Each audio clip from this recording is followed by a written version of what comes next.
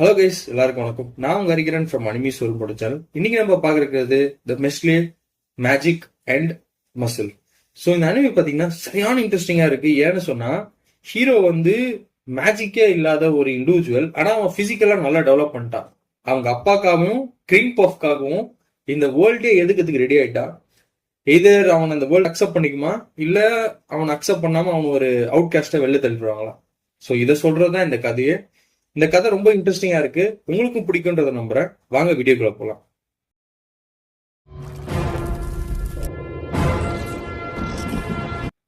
So இந்த எபிசோட starting seal என்னன்னா, ஒரு இன்ட்ரடக்ஷன் ஒன்று கொடுக்குறாங்க. அதாவது இந்த உலகத்தை பொறுத்த வரைக்கும் எல்லார்கிட்டையும் மேஜிக்கல் பவர்ஸ் இருக்கு. ஒரு சின்ன குழந்தையில இருந்து பெரியவங்க வரைக்கும் எல்லாருக்கிட்டையும் மேஜிக் பவர்ஸ் இருக்கு. அவங்க எல்லாருக்குமே ஃபேஸ்ல ஒரு மார்க் இருக்கும். அவங்க எல்லாருக்குமே மேஜிக் இருக்குன்னு அர்த்தம். ஸோ அவங்க பண்ணக்கூடிய ஒரு வேலையும், அதாவது ஃப்ளோட் பண்றதா இருக்கட்டும், ஒரு வேலையை செய்யறதா இருக்கட்டும், ஷூ பாலிஷ் போடுறது, எந்த வேலையா இருந்தாலும் மேஜிக்கை வச்சுதான் அவங்க யூஸ் பண்ணிட்டு இருப்பாங்க. இப்படி மேஜிக் வச்சு யூஸ் பண்ணியிருந்தாலும் சொசைட்டின்னு ஒன்று வந்துச்சுன்னா அதுல higher rank, lower rank, middle ரேங்க்ன்றது ஒன்று வரணும்ல. அதே எப்படி டிட்டர்மைன் பண்ணுவீங்கன்னு கேட்டா, யாருக்கு அதிகமான மேஜிக் இருக்கோ அவங்களெல்லாம் வந்து ஹையர் ரேங்க் ஆகும். யாருக்கு கம்மியா இருக்கோ அதுக்கேற்ற மாதிரி அவங்க கேட்டகரைஸ் பண்ணி வச்சிருக்காங்க. ஸோ இப்போ இந்த கதையில பாத்தீங்கன்னா இவ்வளோ பேர் மேஜிக்கோட இருக்கிறப்போ ஒரு இண்டிவிஜுவல் மட்டும் பாத்தீங்கன்னா காட்டுக்குள்ள வந்து எக்ஸசைஸ் பண்ணிட்டு இருக்கான். தம்புல வச்சுக்கிட்டு ஹை புல்அப்ஸ், புஷ்அப்ஸ் எல்லாத்தையும் பண்ணிட்டு பயங்கர ஃபிட்டா ஒருத்தர் பண்ணிட்டு இருக்கான். ஸோ அது பக்கத்துலயே வந்து பாத்தீங்கன்னா ஒரு குடில் மாதிரி ஒன்று இருக்கு. அங்க வந்து ஒரு வயசானவர் என்னன்னா அழகா டீ குடிச்சுட்டு இருக்காரு, பேப்பர் படிச்சுக்கிட்டு. அவரோட தாட் என்ன இருக்குன்னா, நமக்கு 75 வயசு ஆயிடுச்சு.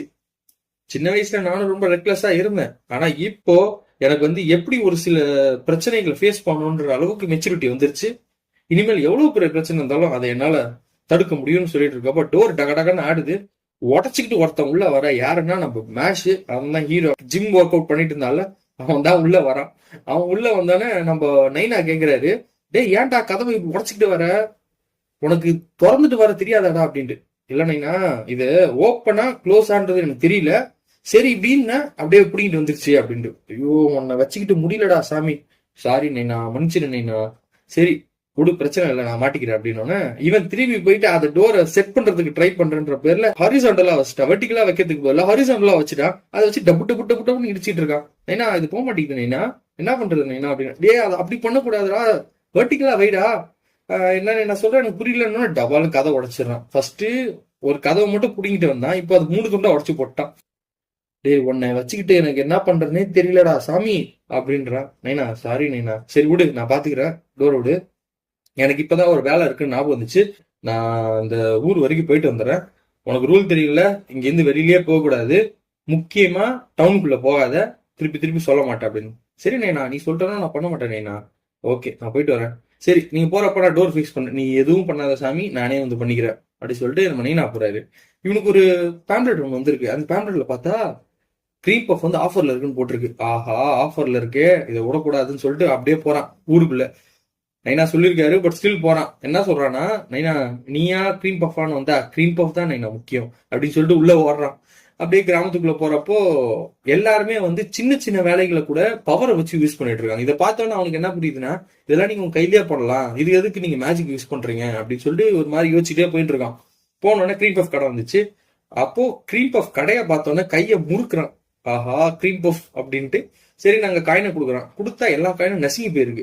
இந்த கடைக்காரன் பாக்குறேன், என்னையா நசுங்கி போயிருக்கு. ஐயோ சாரி சார், அது கொஞ்சம் அழுத்திட்டேன் அதான் நசுங்கிச்சு, நான் நேரா மாத்தி கொடுத்துட்றேன் அப்படின்னு சொல்லி நேரா மாத்தி கொடுக்குறான். இதை பார்த்தோன்னா அவனுக்கு யாரா அவன் இவ்வளவு பவர்ஃபுல்லா பண்ணிட்டு இருக்கானே அப்படின்ட்டு ஃபீல் ஆயிட்டு, சரி உனக்கு முதல்ல கொடுத்துட்டு அமுச்சு விட்டுருவோம் சொல்லி கிரீம் பஃப் கொடுக்குறான்.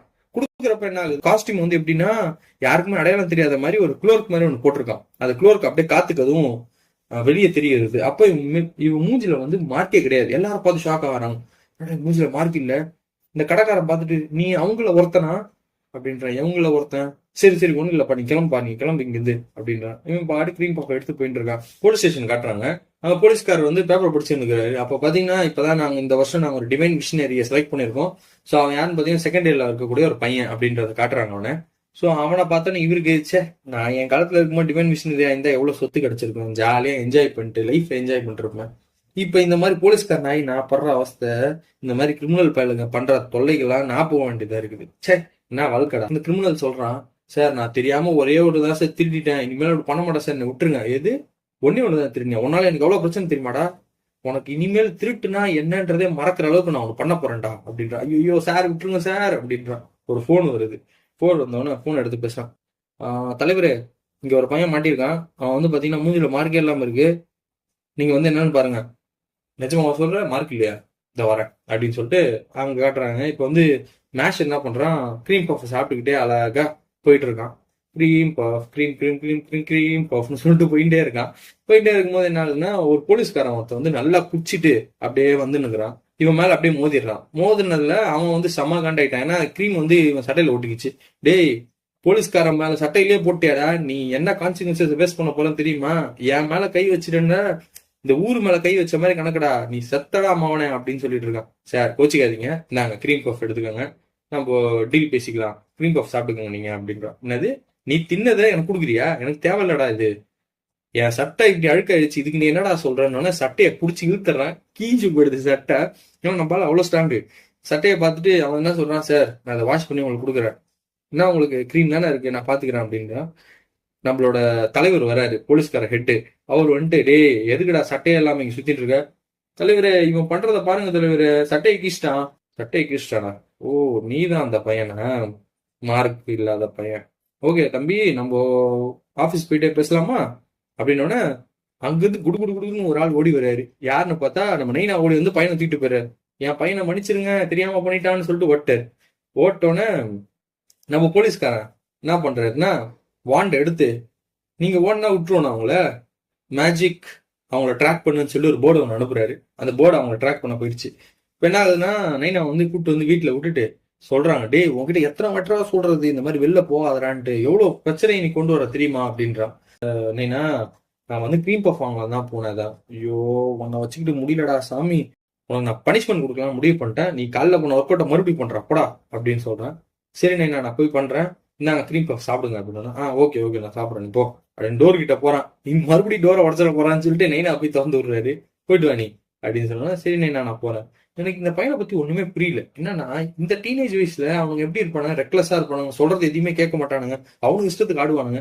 இவன் என்னன்னா அப்படியே ஆப்போசிட்டா இருக்கானே, ஒண்ணுமே புரியலையே அப்படின்னு யோசிக்கிட்டே இருக்கும்போது என்னன்னா, ஒருவன் கொடுத்த கிரீம் பஃப் எடுத்து பார்த்துட்டு அவர் யோசிக்கிறாரு, அவனுங்க எப்படி நம்மள ஐடென்டிஃபை பண்ணிட்டானுங்க, எப்படி நம்மள திருப்பி தேடி வருவாங்க, அதுக்குள்ள நம்ம ஏரியா விட்டு வேற ஏதாவது ஏரியாவுக்கு போயிடணும் அப்படின்ட்டு நம்ம நைனா வந்து பிளான் பண்றாரு.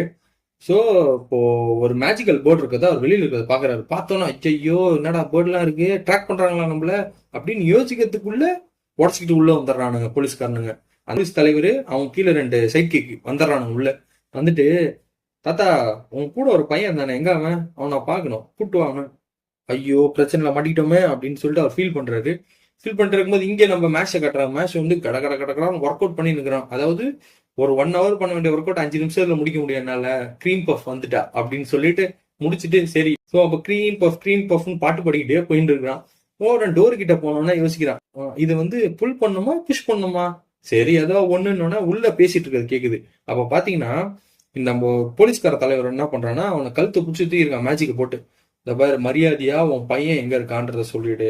சொல்லிட்டேன் நான் உடனே விட்டுறேன், நான் சொல்ல மாட்டேன் நீ என்ன பண்ணாலும் சொல்லிட்டு அவனை கீழே தள்ளிட்டு சொல்றாரு மறுபடியும், மரியாதையா சொல்லு, சொல்லிட்டேன்னா உனக்கு எந்த பிரச்சனை வராம நான் பாத்துக்கிறேன், அவன் மட்டும் மாட்டினா போதும், நான் உடனே எந்த பிரச்சனையும் இல்லாம நான் விட்டுறேன், அவனை பண்ண நிறைய ரிவார்டு கிடக்குங்க, சொல்றது கேளியா, நீ என்ன பண்ணாலும் நான் வந்து சொல்ல மாட்டேன்டா அப்படின்றான். அவன் மேல ஒரு லேசர் பீம் அடிக்கிறான். நம்ம நைனாவோட பேக்ரவுண்ட் ஸ்டோரி போகுது. ஸோ அப்போ நைனா வந்து என்ன யோசிக்கணும், சின்ன குழந்தையா இருக்கிறப்போ அவர் ஒரு பெரிய ராயல் ஃபேமிலியில பிறந்திருக்காரு. ஆனா அவர்கிட்ட வந்து பாத்தீங்கன்னா அந்த அளவுக்கு மேஜிக் பவர் இல்லை. அதனால அவங்க அம்மாவும் திட்டுறாங்க, அவர் வேலை செய்யற இடத்துலயும் திட்டுறாங்க, எல்லாருமே அவனை போட்டு திட்டுறாங்க. அவருக்கு லைஃபே ஃபெட் அப் ஆகி, என்னடா வாழ்க்கை இது, யாருக்குமே நம்ம தேவை கிடையாது, எதுக்கு உயிரோடு இருக்கணும், நம்ம செத்துருவோம்னு சொல்லிட்டு சாவர போற நிலைமையில இருக்க. அப்போ மரத்து பக்கத்துல ஒரு குழந்தை கத்துற சவுண்டு கேக்குது. என்னடா குழந்தை கத்துற சவுண்ட் கேக்குதுன்னு சொல்லிட்டு போய் பார்த்தா, அந்த குழந்தை மூஞ்சில மார்க்கே இல்லை. ஏன்டா உன் மூஞ்சிலையும் மார்க் இல்லைன்னு சொல்லி உன்னை விட்டாங்களா, உனக்கும் யாரும் தேவையில்லை போல இருக்கு, என்ன மாதிரியே நீ தான்டா அப்படின்னு சொன்னோன்னே அந்த குழந்தை அழுதுகிட்டு இருந்த குழந்தை சிரிக்க ஆரம்பிச்சிச்சு. அப்போ அவருக்கு ஒரு விஷயம் புரியுது. என்னன்னா, இது வரைக்கும் நான் யாருக்குமே தேவையில்லாம இருந்தேன், இப்போ உனக்கு நான் தேவை, உனக்காக நான் வாழ்றேன்டா, உன்னை நான் கண்டிப்பா நல்லா வளர்த்து காட்டுவேன் அப்படின்னு சொல்லிட்டு அந்த பேஸ்பேக் முடியுது. அப்ப என் தாத்தா என்ன பண்றாரு, கத்துறாரு, மேஷ் இங்கிருந்து ஓடி போயிடுறா, இங்க வராதரா, இங்க இவங்க இருக்கானுங்க, ஓடிட்டுன்றான். இவன் போட்டு அடி அடின்னு அடிக்கிறான், போட்டு நெஞ்சிலே மிதிக்கிறான், தூக்கி போட்டு அடிக்கிறான். போலீஸ் தலைவர் என்ன சொல்றான்னா, டேய் நீ போய் அவனை போய் தேடுறான் எங்க இருக்கான்ட்டு. இதுக்கு மேல உன்னை பேச விடக்கூடாது, உன் சாவை நீயே தேடிக்கிட்ட, சாவு கிழட்டு பயல அப்படின்னு சொல்லி பவர் அடிக்க வரான். அப்ப கதை ஒட்டச்சிக்கிட்டு உள்ள மேட்ச் ஒரே பஞ்சு வைக்கிறான். பஞ்சு வச்சுன்னா அவன் எங்கேயோ பறந்து போய் விழுறான் கீழே. குண்டா வரான். குண்டா வந்துட்டு, டேய் என்னடா நீ நினைச்சிட்டு இருக்க, போலீஸ் மேலே கை வைப்பியா நீ அப்படின்னு சட்டையை மறுபடியும் கீச்சிட்டு மூஞ்சில பலார் அடிச்சுட்டு ஒரே ஓங்கி ஒண்ணு வைக்கிறான். வச்சிட்டோன்னு அவன் சைட்ல போய் விழுந்துடுறான்.